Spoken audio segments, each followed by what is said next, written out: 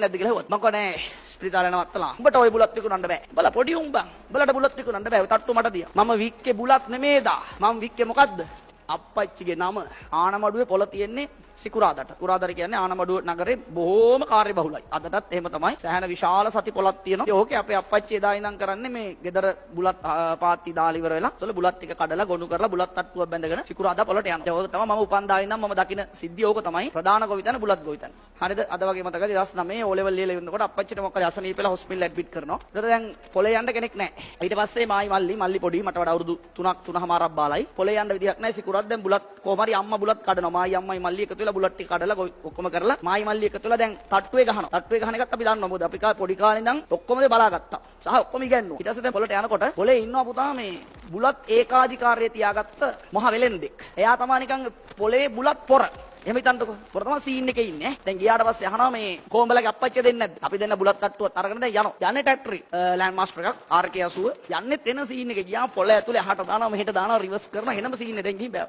තට්ටුව බෑවට පස්සේ උඹලා අප්පච්චි නැද්ද කියලා හෙව්වත්. මම කනේ ස්පිරිතාලේ නවත්තලා. උඹට ওই බුලත් විකුණන්න බෑ. බල පොඩි උඹන්. බලට බුලත් විකුණන්න බෑ. ඔය තට්ටුව මට දියා. මම කව එහෙමද ඔයා හිතන්නේ? ඔට්ටුවක් දාමුද? ඔයාට කලින් ඉක්මනට මම බුලත් තට්ටුව විකුණනවා. පුළුවන් නම් ඔට්ටුවක් දාන්න. ඔයාට කලින් මම විකුණනවා. එන උස තට්ටුවක්. හැබැයි මම ඊට කලින් තනියම බුලත් විකුණලා නැහැ. හැබැයි අප්පච්චි ගාව ඉඳගෙන මම එදා ඉඳන් බලනවා. එන කස්ටමර්ස් වලට කොහොමද අප්පච්චි කතා කරන්නේ? කොහොමද විකුණන්නේ? මෙයාට මොනවද කියන්නේ? කොහොමද කියන්නේ? ඔක්කොම ටික මම බලනවා. මම හරි ඔට්ටුවක් දාමු. මාමා ඔයාට කලින් මම විකුණලා නැගිටිනවා. දැන් මට හිතත් නිකන් බයයි වගේ දැන්. එයා වටේ ඉන්න කට්ටියටත් කියනවා. අරුගේ පඬිතකම වැඩි ඈ. දැන් කට්ටිය එනවා ඈතින් නම් බලනවා අප්පච්චි ඉන්නවද? නෑ. නැත්තම් හැරලා යනවා. මං කව මල්ලි මේ වැඩේ හරියන්නේ නෑ. මිනිස්සු මං අඳුරන්නෙත් නෑ. ඔයා අඳුරන්නෙත් නෑ. අප්පච්චිව හොයන්න. එහෙනම් අපි කරමු මෙහෙම වැඩක්. අප්පච්චි ප්‍රසිද්ධ අම්පිටිගම බුලත් මුදලාලි කියලා. පොලේ. එහෙනම් මං කව මල්ලි අපි පොලේ කෑ ගහමු වෙන උන්ට.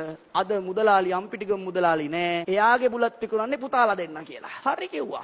වැඩේ මලයත් කෑ ගහනවා මාත් කෑ ගහනවා. එන කවුරුත් යන්නේ නෑ. මොකා එන්න නැන්ද එන්න. අද අප්පච්චි නෑ ස්පිරිතාලේ. ඊට පස්සේ මල්ලි මොකද කරන්නේ? අප්පච්චි ස්පිරිතාලේ කියපු හේතුව කට්ටියට කියනවා. මම බුලත් විකුණනවා. පුතා විශ්වාස කරන්න. හවස 5ට කලින් හවස 2:00 වෙනකොට තට්ටු හික්කා සල්ලි ටිකක් ගත්තා මං කෙලින්ම ගියාර මුදලාලි හම්බෙන්න. මාමා මේ සල්ලි මේ තට්ටුව මේ බඩු ඉවරයි. සද්ද තියාගන්න එපා ආයි කිව්වා. තේරුණාද? ඒ හින්දා මම කියන්නේ මිනිස්සුන්ට අභියෝග කරද්දි පරිස්සමයි. නිකන් පොඩි උන් එහෙම නෑ. එහෙනම් ඔබලටත් මම කියන්නේ එකයි. ඔබලගේ ඇතුලේ හැංගිච්ච එකෙක් ඉන්න ඌව ගනින් එළියට. කවුරු හරි කියනවා ඔබට ගණන් බෑ.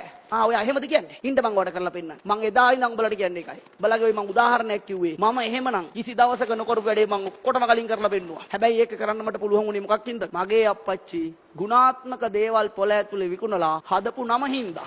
අප්පච්චි පොලේ චාටර් වෙලා හිටියනම් මට මේ වැඩේ කරන්න බෑ. මම වික්කේ බුලත් නෙමේදා. මම වික්කේ මොකද්ද? අප්පච්චිගේ නම. අප්පච්චි හිටියනම් විකුණන්නේ බුලත්. මම වික්කේ